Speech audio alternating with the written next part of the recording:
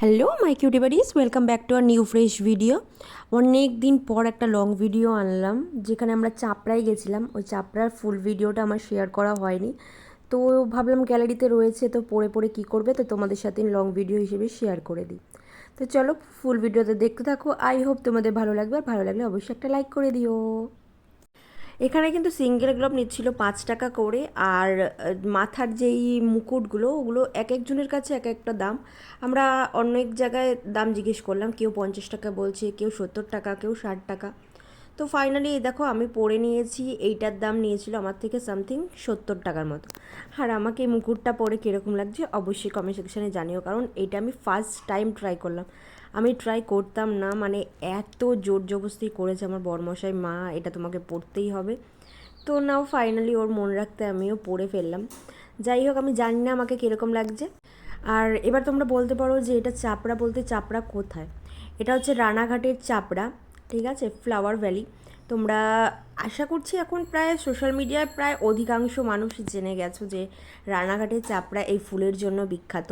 আর রজনীগন্ধা ফুলের যে এত রজনীগন্ধা ফুল রয়েছে, কিন্তু বিশ্বাস করো এক ফোঁটাও গন্ধ নেই, ঠিক আছে। আপনাদের সামনে যাচ্ছে কোয়েল বিয়ের কোণে, একটা টোপর কিনে দিলেই পুরো কোণে। বাহ, খুব সুন্দর লাগছে গো তোমাদের আজকে। হাসি দেখো না, লুকিয়ে লুকিয়ে হাসে।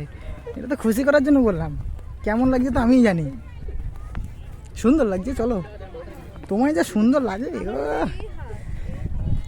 না আমার মতন ছেলে বিয়ে করে তোমাদের? চলো চলো চলো, আরে চলো।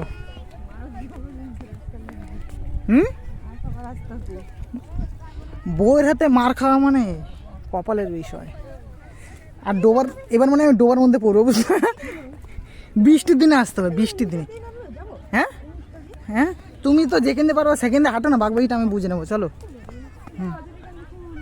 ওই পাশে পড়লাম, মেয়েটে আটকে যাবে, আমি তো পড়ে যাচ্ছি। চলো। হ্যাঁ,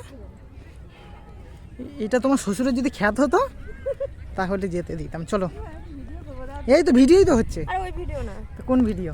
নর্মাল। তুমি সাথে পড়ো। ছি ছি ছি রে ননি, ছি কিনে তুমি। এইসব আমি ভিডিওতে দেবো বলো তো?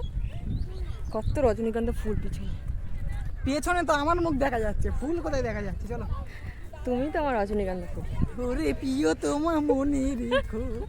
চলো, এ কোথা দিয়ে যাবে? এদিকে চলো, ওই জবা ফুলের এদিকে উঠে, ওদিকে কালী ঠাকুর আছে। চলো।